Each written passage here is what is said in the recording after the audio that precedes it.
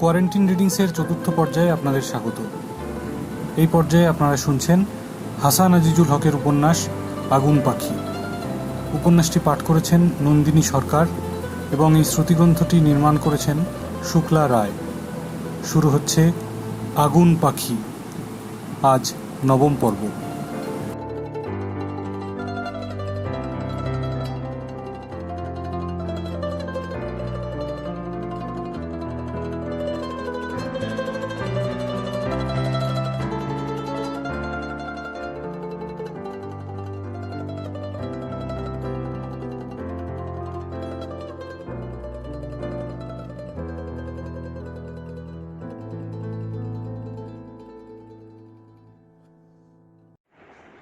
পৃষ্ঠা 113।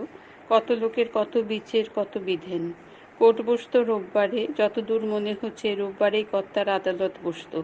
রোববার ছুটির দিন বটে, গায়ের স্কুলেও ছুটি হতো ওই দিনে শহরগঞ্জের মতনই। কিন্তু স্কুলটু বাদ দিলে গায়ে আবার ছুটি কি? এই লেগে মনে হচ্ছে দলিজে কোর্ট বসত রোববার দিন। দলিজ ঘরের ভেতরে বাইরের দুই উষারায় নামই খামারে লোকজন গম গম গিস গিস করত।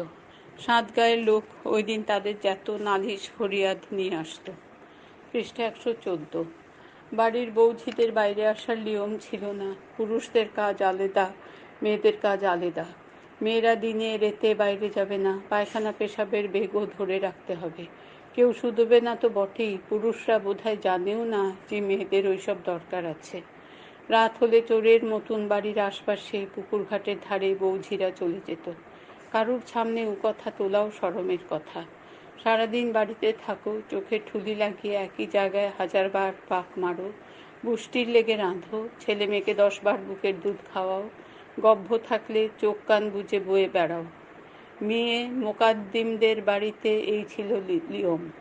তা বলে গরিব সাধারণ অবস্থার মুসলমানদের লেগে এই নিয়ম লয়। সেখানে ঘর বার সমান, পর্দা পুশিদার বালাই নাই। সে যাই হোক, ওয়ারই মধ্যে এই সংসারটা একটু আলাদা ছিল। আর আমি তো অনেক পুরনো বউ মানুষ। আমি নাচ দুয়ারের কাছে যে বাড়ির পুরনো পাঁচিলের ফাঁক ফোকর দিয়ে খামারের দিকে অনেক সময় তাকিয়ে থাকতাম। আজও দেখছিলাম আশেপাশের গায়ের ভদ্রলোকেরা সব এসে খাড়ে কাচা ধুতি জামা পরে। হিন্দু মুসলমান বেশিরভাগেরই এই পোশাক। মুসলমানদের কেউ কেউ তহবন পরেও এসে। গরিব মানুষদের খাড়ও জোটে নাই, সস্তা সাজি মাটিতে ধোয়া জামা কাপড় পরে এসে তারা। তবে নালিশ করার লেগে বাদী ফরিয়াদি যারা এসে, তাদের প্রায় সবারই খালি গা। দলিজের ভেতর উষারায় যেখানে চেয়ার টেবিল পাতা আছে সেখানে কোর্ট বসেছে। লোকের ভিড়ে কিছুই দেখা যায় না। কোর্টের আর সব মেম্বাররা সেখানে চেয়ারে বসে আছে, বিচার চলছে। কর্তা একদিন বলেছিল, এখানে আর বিচার কি হবে? খুন, জখম, ভয়ানক দাঙ্গা হাঙ্গামা, ডাকাতি রাহাজানির বিচার এখানে হয় না। ওসব আমরা সদরে মহকুমায় পাঠিয়ে দিই। ছোটোখাটো নালিশ ফরিয়াদ নিয়ে যাতে লোকে শুধু শুধু শহরে না যায়, হয়রানি না হয়, টাকা পয়সা খুইয়ে না আসে, এখানে শুধু সেই সবই বিচার করি। পৃষ্ঠা 115। 2-5 টাকা জরিমানা করতে আর একদিনের জেল দিতে পারি আমি। একটু মিলিয়ে মিটিয়ে দেওয়াই আমাদের কাজ, বুঝেছ? এলাকায় যাতে শান্তি থাকে। তা নালিশ ফরিয়াদের কথা শুনলে হাসিও লাগে বটে। কে কাকে কাঠ পিঁপড়ের গর্তর ওপর ঠেসে ধরেছে, পিঁপড়ের কামড়ের বিষে বেচারার জ্বর এসে গেছে। কে মসজিদে হাত দিয়ে মিছে কথা বলে পাওনা টাকা দেয় নাই। কোন বুড়ি বুঝিন মা কালীর থানে 1 ঘন্টা এক পায়ে দাঁড়িয়ে থেকে ছেলে ভাত দেয় না বলে নালিশ করেছে। তা মা কালী ব্যবস্থা করে নাই বলে কোর্টে এসে কেস করতে। এমনি সব নানা কথা নিয়ে মামলা। মাঠ থেকে ধানের আঁটি চুরি, মড়াই থেকে 1 মণ ধান বার করে নেওয়া, হোক মোটা ছেঁড়া শাড়ি শুকুইতে দেওয়া ছিল সে শাড়িটু চুরি করা, এসব লিখিনি নালিশ। দাঁড়িয়ে দাঁড়িয়ে দেখলাম নতুন ঘোড়া টলিয়ে এলো হাড়িপাড়ার সইস। ঘোড়ার হাঁটা দেখলে বিশ্বাস হয় না ওই ঘোড়াই অমন টকবক করে ছোটে। হটর হটর করে ঘোড়ার শুধু হাঁটা দেখলে ঘোড়াকে ঘোড়া বলেই মনে হয় না, মনে হয় অন্য কোনো জন্তু। ঘোড়াটাকে হাঁটিয়ে নিয়ে এলো সইস। এখানে আনলে কেন? বোধহয় সবাইকে একবার দেখাইতে চাইছে। হাঁ করে সব দেখছেও বটে। ঠিক বুঝতে পারছি না এত দূর থেকে। তবু মনে হচ্ছে চাষাভুষোদের মধ্যে থেকে 2-1 জনা ঘোড়ার বেশি কাছে এগিয়ে গেলে বাগদিপাড়ার দফাদার তাকে হাত ধরে সরিয়ে দিচ্ছে। দফাদার এমনিতে তেনা পড়ে থাকে, আর এখন তার সরকারি পোশাকের কি বাহার! নীল জামা, হাফ প্যান্ট, সে এমনি মোটা যে ইহজন্মে ছিঁড়তে পারবে না। সেই জামার উপর পেতলের ঝকঝকে তকমা আটা। বারুদের একজন জমাদারও আছে, তারও ওই পোশাক। এমনিতে গরিব মানুষ তারা, যেমন গরিব তেমনি বেচারা, সাত চড়ে আকারে না, গায়ে আবার অসুরের মতন বল। এখন সেই পোশাক পরে তাদেরও যেন গরবে মাটিতে পা পড়ছে না। পৃষ্ঠা 116। এই সময় বিরাট একটা কাজ হতে যেছে শুনলাম। সেই কাজটাও কর্তা যদি করতে পারে, তাইলে এলাকার লোকে তাকে দুহাত তুলে দোয়া আশীর্বাদ করবে। সেই কবে থেকে ট্রেন চালু হয়েছে, যখন ইচ্ছে লোক জেলা শহরে, মহকুমা শহরে যেতে পারে। দিনে দিনে যেতে পারে, আবার ফিরে আসতে পারে। কিন্তু ইগা থেকে এক কোষ দূরের স্টেশনে যাবার কোনো রাস্তা নাই। মাঠ জুড়ে শুধু ধানের জমি, ধান আর ধান, আর কিছু নাই। গাছপালাও প্রায় কিছু নাই। সেই সব জমির আল ধরে কখনো বা শুকনো ড্যাঙার ওপর দিয়ে সাপ খোপ ভরা কাঁটা জঙ্গল মারিয়ে তবে স্টেশনে যেয়ে ট্রেন ধরতে হয়। বর্ষাকালে মানুষের কষ্টের অবধি থাকে না। এখন আল রাস্তায় কোনো চিহ্নও থাকে না। কাদায় পানিতে নাকাল হয়ে কি কষ্টই না হয় মানুষের স্টেশনে পৌঁছতেই। গরু মোষের গাড়িও তখন অচল হয়ে যায়।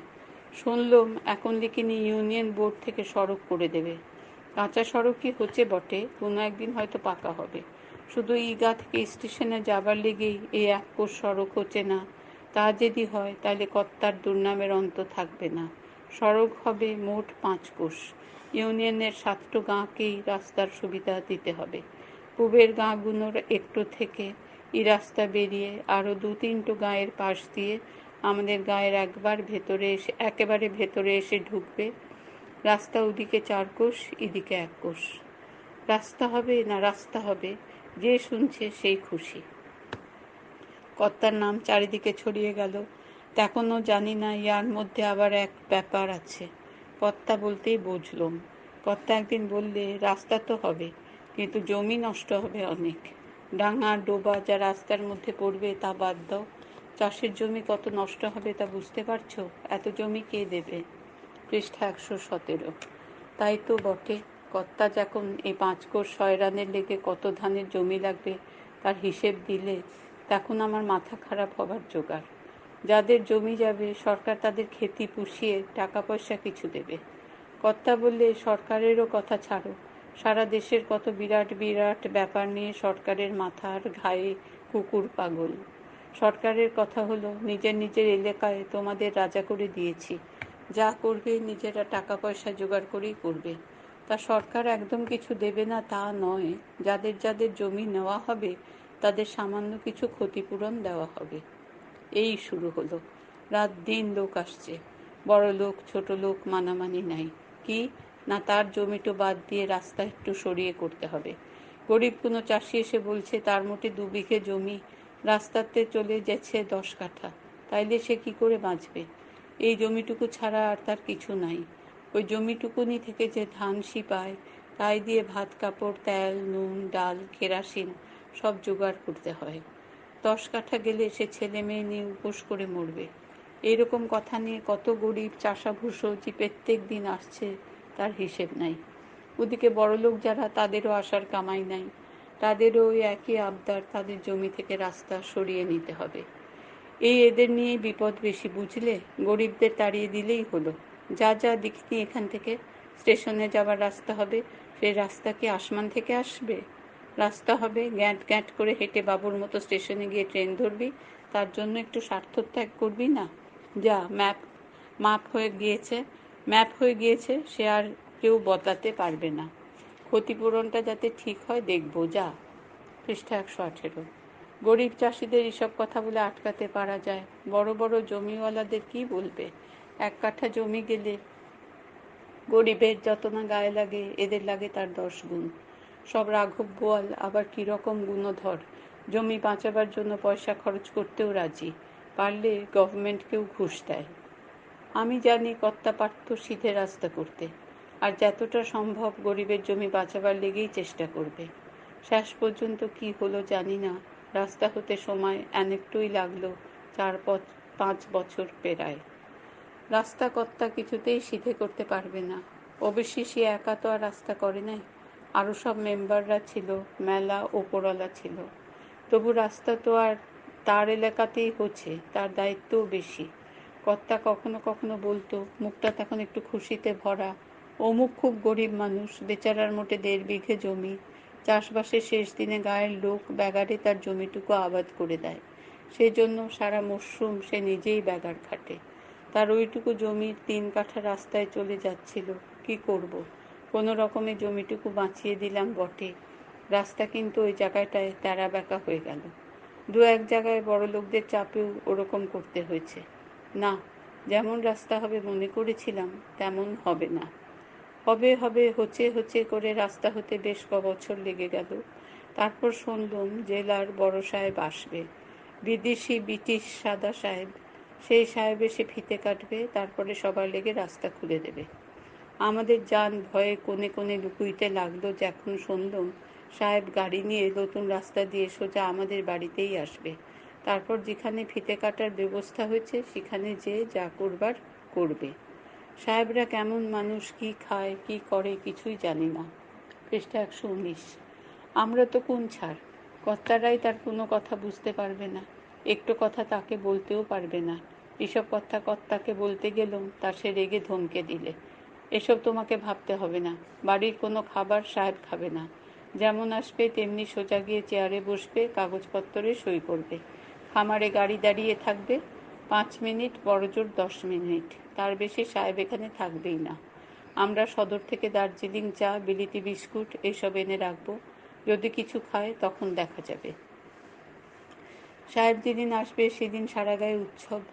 আধা বেলায় আসবে সে, সেদিন গায়ে সবাই সকালবেলাতেই গা ধুয়ে যার যেমন ভালো জামা কাপড় আছে তাই পরে ঘরের মাঠের কাজকর্ম বাদ দিয়ে অপেক্ষা করতে লাগলো কখন সাহেব আসে।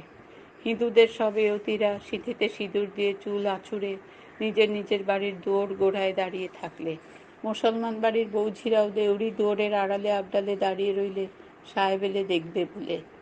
ওই সব দিকে সাহেবের গাড়ি হয়তো যাবেই না, তবু সব দাঁড়িয়ে রইলে, আর সারা গায়ের হিন্দু মুসলমান পুরুষ মানুষদের প্রায় সবাই আমাদের দলিজের সামনে খামার বাড়ির মাঠে এসে জমায়েত হলো।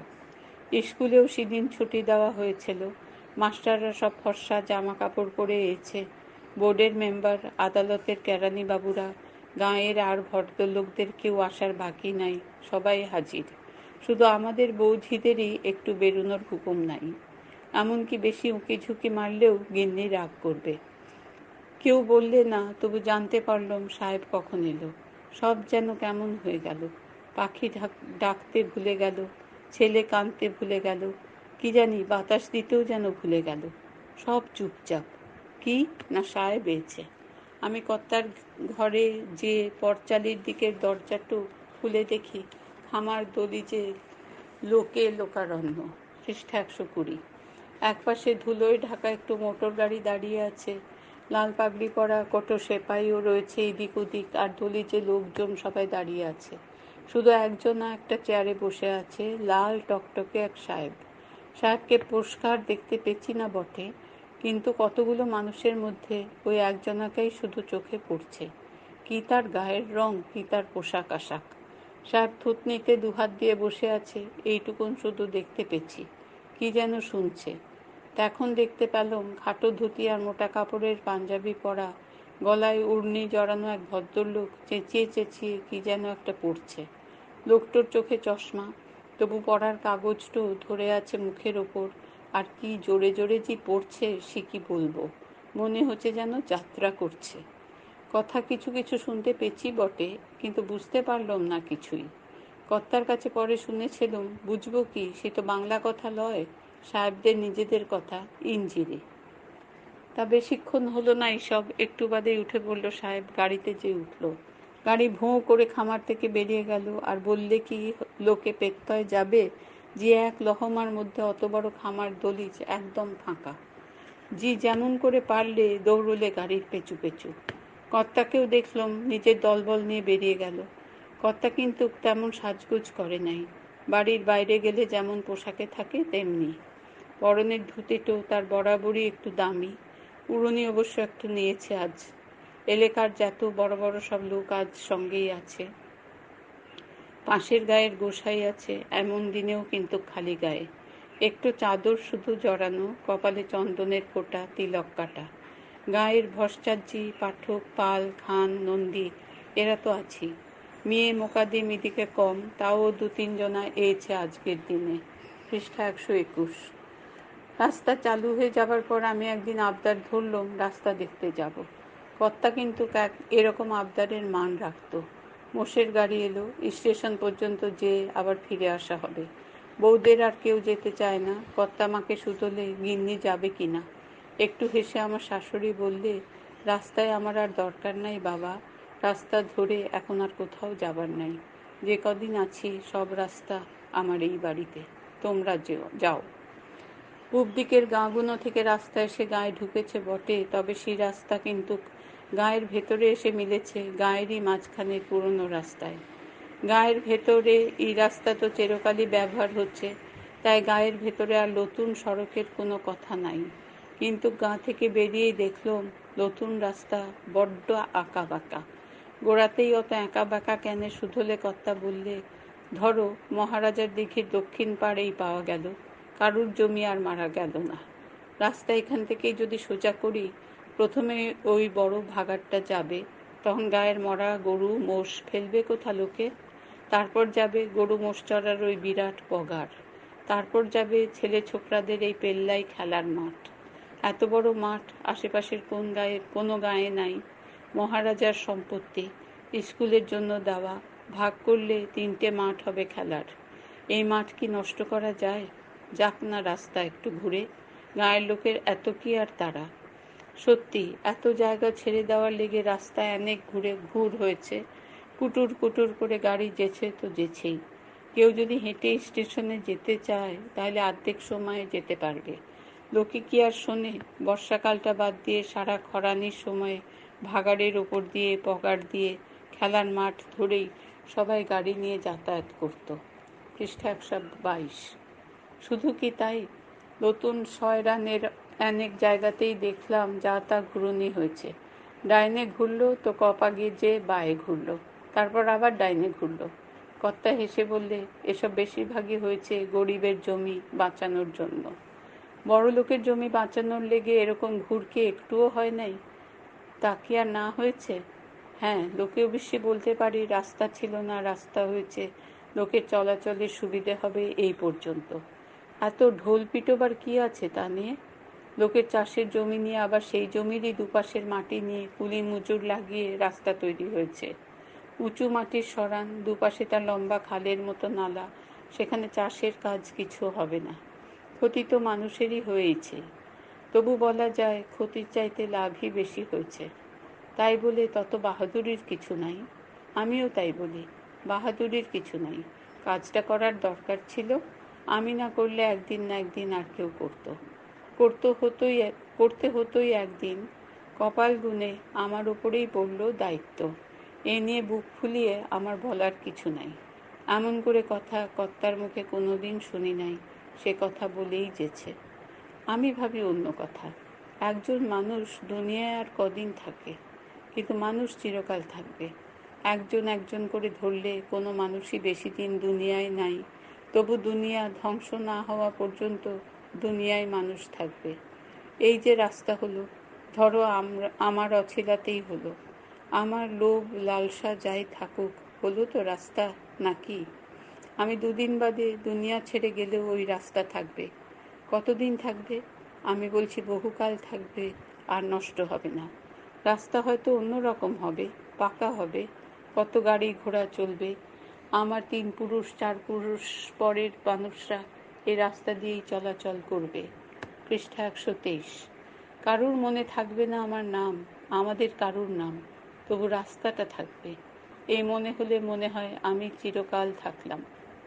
কথাগুলি যা সে বললে সোজা কথাতেই বললে। সব কথা বুঝতে না পারলেও কিছু তো বুঝলাম। যা বুঝলাম তাতে আমার গা কীরকম করতে লাগলো। কর্তা কেমন লোক, ওকে কি আমি চিনি? ও যদি সব সময় এমনি করে কথা বলতো তাইলে আমি হয়তো ওর সাথে ঘর করতে পারতাম না, খুব ভয় হতো। কিন্তু তা লয়, এরকম কথা সে আর কবার বলেছে। পৃষ্ঠা ১২৩। পৃথিবীর পেটজা আর কত বাড়াবো। এবারে সন্তানটি পেটে নিয়ে আমি খুব পেরেশান, কি আর বলবো। নিজের ওপরেই নিজের রাগ হয়, কত মনে হয় আর চাই না, আর বোঝা বইতে পারি না। কিন্তু জন্মের পরে তার শুধু মুখটি দেখা বাকি। কার কারসাজি জানি না, একবার যেই মুখটির ওপর চোখ পড়ল, একদিকে সারা দুনিয়া আর একদিকে ওই নারী ছেঁড়া সন্তান। কিন্তু যতদিন জন্ম না হচ্ছে পেটের ভারে সমদম, খালি মনে হয় আর দরকার নাই, আর কত পেটে ধরতে হবে। নিস্তার কি কোনোদিন মিলবে না? বাড়ির ছেলেমেয়েদের আর কত হিসেব দেবো। আমার দুটি আর একটি এলো বলে বউ ছোট বউয়ের একটি একটি খোঁকা হয়েছে। পৃষ্ঠা ১২৪। সেজ বউ দুটি খোঁকা রেখে চোখ বুজেছিল, তবে বছর ২ আগে তার ছোটটি দুনিয়ার মায়া কাটিয়ে চলে গিয়েছে। ৮-৯ বছরের হয়েছিল। একদিন দুপুরবেলা দুবার শুকনো বমি হলো, মুখ হয়ে গেল নীল বন্য। তার মা নাই, নতুন মা কেবল ঘরে এসে সব কাজ বাদ দিয়ে সেই ছেলের সেবা গিন্নি একা করলে। আমার ননদকেও কাছে আসতে দিলে না। শাশুড়ি বুঝলে এই মা হারানো ছেলেটিকে তাকেই দেখতে হবে। অবশ্যই বেশি সময় লাগলো না, ২-৩ দিনের মধ্যেই সে চলে গেল। এক একজনার অমনি কপাল হয়, দুনিয়ায় আসে, কেউ তাকায় না, দেখে না, আদর ভালোবাসাও তেমন জোটে না, তারপর হুট করে একদিন চলে যায়। চলে যাওয়াটাও তেমন কেউ খেয়াল করে না। ওই ছেলেও অমনি কপাল করে এসেছিল। যাগ্গো, তখন আমি খুব পেরেশান, চলাফেরা করতে কষ্ট হয়। ভোগাবে মনে হচ্ছে পেটের এই সন্তানটি। এই সময় একদিন দুপুরবেলায় হিঁদুপাড়ায় লাগলো আগুন। এ এলাকায় আগুন লাগাটাও যে কী ব্যাপার তা মানুষে চিন্তা করতে পারবে না। শুকনোর সময় ঝাড়া ১৫ দিন আসমান থেকে আগুন ঝরছে। দু একটু বাদে সব বাড়িরই মাটির দেয়াল আর খড়ের চাল। খুব কম ১-২টি বাড়ির চাল টিনের। তা মাটির বাড়ির বাহার কম হয় না। ইদাসে এমন মাটি পাওয়া যায় যে তা দিয়ে ঘরের ভেতরের দেয়ালে চুনকামের কাজও হয়। আমাদেরই কত ঘরের দেয়াল এমনি চুনকাম করা আছে, আর বাড়ির বাইরের দেওয়ালগুলোয় মাটির মিহিন কাজ করে আলকাতরা লেপে এমন করা হয় যে শতেক বর্ষাতেও কিছু হয় না। কিন্তু এত সৌন্দর্য হলে কি হবে, চাল যে সব খড়ের, কত বাহার করে ছাঁচ কাটা, শালকাঠ, তালগাছের কাঁড়ি, বাঁশ এসব দিয়ে চালের তলায় কাঠামো এমন দবজ করে তৈরি যে বৈশাখ জ্যৈষ্ঠী আশ্বিন কার্তিকের ঝড়েও কিছু হবে না। কিন্তু আগুনের কাছে সব জব্দ। আগুন লাগলেই মনে হয় সারা বাড়ি যেন ঠিক বারুদের গাদা। সেদিন দুপুরে কোথা থেকে আগুন ধরল কে জানে। পৃষ্ঠা ১২৫। কামারশালা থেকে, না মোড়ল বাড়ির চুলো থেকে, নাকি অন্য কোনো বাড়ি থেকে, নাকি আপনা আপনি লাগলো কেউ বলতে পারলে না। উত্তরপাড়ায় লাগলো আর লহমার মধ্যে ছড়িয়ে পড়ে এগুইতে লাগলো দক্ষিণ পূব দিকে। ইতল্লাতে গায়ের রাস্তার দুপাশে একটুর পর একটু বাড়ি, চালে চালে লাগানো, ঠিক শহরের মতন। খুব কাছে কাছে বাড়ি, দু বাড়ির মাঝে একটুই পাঁচির কিংবা কোনো পাঁচিরই নাই। আগুন যে লাগলো, ধোঁইল, দাউ দাউ করে জ্বলে উঠল, তাকে কেউ দেখতে পেলে? দুপুরবেলায় আগুন কেউ দেখতে পায় না। সাদা ধুয়ো হয়তো একটু দেখতে পায়, কিন্তু দিনের আলোর সাথে আগুন এমন মিশে যায় যে কিছু বোঝা যায় না। তাই বলে আগুন লাগলে কাউরি জানতে বাকি থাকে না, বরং আগুনের খবরই সবচাইতে তাড়াতাড়ি জানতে পারে লোকে। কী করে জানে জানি না। হু হু করে একটু শব্দ ওঠে, সে শব্দও আবার তেমন শোনা যায় না। তবে হ্যাঁ, হঠাৎ করে চারদিক থেকে বাতাস ছুটে আসে, সেই বাতাসের শনশন আওয়াজ পাওয়া যায়। তারপর দাঁড়িয়ে থাকলে গরম বাতাস এসে গায়ে লাগে, ছাই উড়ে বেড়ায়, আর মাটি, বাঁশ, খড়, সংসারের জানের জান সব জিনিস পোড়ার গন্ধ পাওয়া যায়। আগুন লাগার খবর ঠিকই জানতে পারলুম। এগনেই দাঁড়িয়ে দাঁড়িয়ে দেখলুম আগুন উত্তর থেকে দক্ষিণ দিকে যেছে, পটপট ধুমধাম আওয়াজ হচ্ছে। প্রথম যে লোক দেখেছিল সে চেঁচাতে যেও চেঁচাতে পারে নাই, তাকে বোবায় ধরেছিল। আগুন প্রথমে যে দেখে সে লিকিনি গলা দিয়ে আওয়াজ বের করতে পারে না। বুকে ২০ মণি পাথর চাপানো আছে মনে হয়। এখন অবশ্যই অনেক মানুষ, সারা গায়ের মানুষ আগুন নেভাইতে লেগে গিয়েছে। সবাই চেঁচাইছে, হই হল্লা চিৎকার কানে আসছে। কি আশ্চর্যি, এত পুড়ছে, সব পুড়ে যেছে, তবু মানুষের চেঁচানি শুনেই ভয় অনেকটা কম লাগছে। পৃষ্ঠা 126। কিন্তু যখন আগুনটা লেগেছিল, যে প্রথম দেখেছিল তার দম আটকে গিয়েছিল, শব্দ বার করতে পারে নাই। আগুন লাগলে মানুষের যেন কেয়ামতের ভয় লাগে। সেই দিনই সাঁঝ লাগার কুলে কুলে বামুনপাড়ায় পোড়া আঁতুর ঘরের মধ্যে ভট্টাচার্যি গিন্নির একটি খোঁকা হলো, আর মাঝ রেতের পরে আমারও গর্ভের সন্তানটির জন্ম হলো। সেও একটি খোঁকা। মনে হয় ওই মহালঙ্কা কাণ্ড না হলে ওই দিন ভট্টাচার্যি গিন্নির ছেলে হতো না। আমার ছেলেটিও ওই রেতে দুনিয়ায় আসতো না। পরের দিন সকালেই ভট্টাচার্যি এলো বাড়িতে। প্রলয় হলো হে, প্রলয় হলো। প্রলয়ের মধ্যে পুত্র লাভ, আমারও হলো, তোমারও হলো। আমি ওই হতভাগার নাম রেখে দিয়েছি ভণ্ডুল। তাই বলে তুমি ওরকম রেখো না, একটা ভালো সোজাসুজি নাম রেখে দিও ছেলের। সে তো হলো। এদিকে গাঁয়ের যে সর্বনাশ হয়ে গেল ভট্টাচার্য, তার আর কি করা যাবে বলো? নিয়তি কেউ খণ্ডাতে পারে না। তবে কথা হচ্ছে, তুমি ইউনিয়নের প্রেসিডেন্ট, আমি একজন মেম্বার। তোমার সময়ে এমন আগুন লেগে অর্ধেক গাঁ পুড়ে ছাই হয়ে গেল, তোমাকেই এখন লোকের কাছে গিয়ে দাঁড়াতে হবে। ওই শুরু হলো। সত্যি অর্ধেক গাঁ পুড়েছিল। ঘরের সব জিনিস নষ্ট হয়েছিল তো বটেই, বেশিরভাগ বাড়ির খড়ের চাল পুড়ে এমন দশা হয়েছিল যে দেখলে চোখের পানি রাখা যেছিল না। খালি পোড়া কালো কালো দেয়ালগুলো দাঁড়িয়ে আছে। আঁধার রেতে সেদিকে গেলে গা ছমছম করে, ঠিক যেন সার সার ভূত দাঁড়িয়ে রয়েছে। মুখে রা নাই। সে যে কী অবস্থা বলা যেছে না। ছেলে মেয়ে নিয়ে রেতে থাকে কোথা? অনেক ভদ্রলোক গেরস্থ কী করবে, উঠোনে বিছানা পেতে খোলা আসমানের তলায় থাকতে লাগলো। আর এইবার দেখলুম কর্তাকে। সে দিনকে দিন মানলে না, রাতকে রাত মানলে না। পৃষ্ঠা 127। আশপাশের বিষ্ঠ গায়ে ছুটে বেড়াতে লাগলো, এক দণ্ড বাড়িতে থাকতো না। কোনো কথা নয়, মানুষকে একটু মাথা গোঁজার ঠাঁই করে দিতে হবে, তারপর অন্য কথা। গাড়ি গাড়ি নতুন বাঁশ লাগবে, কাঠ লাগবে, খড় লাগবে, দড়ি, পেরেক, গজাল। মোট কথা হচ্ছে, বাড়ি করতে যা যা লাগে সব জোগাড় করতে হবে। মানুষের জন্য ভিখিরি সাজতে, ভিক্ষে করতে দোষ কি? নিজের জন্য তো নয়। হীন হবার কিছু নাই। কর্তা হাত জোর করে গায়ে গায়ে যে অবস্থাপন্ন চাষি গেরস্থদের কাছে বাঁশ, খড়, কাঠ এইসব যাচেঙ্গা করে করতে লাগলো। চারিদিকে ধন্য ধন্য পড়ে গেল। হ্যাঁ, একটু মানুষের মতন মানুষ বটে। হিন্দু মুসলমান বলে কথা লয়, একজনা মানুষ।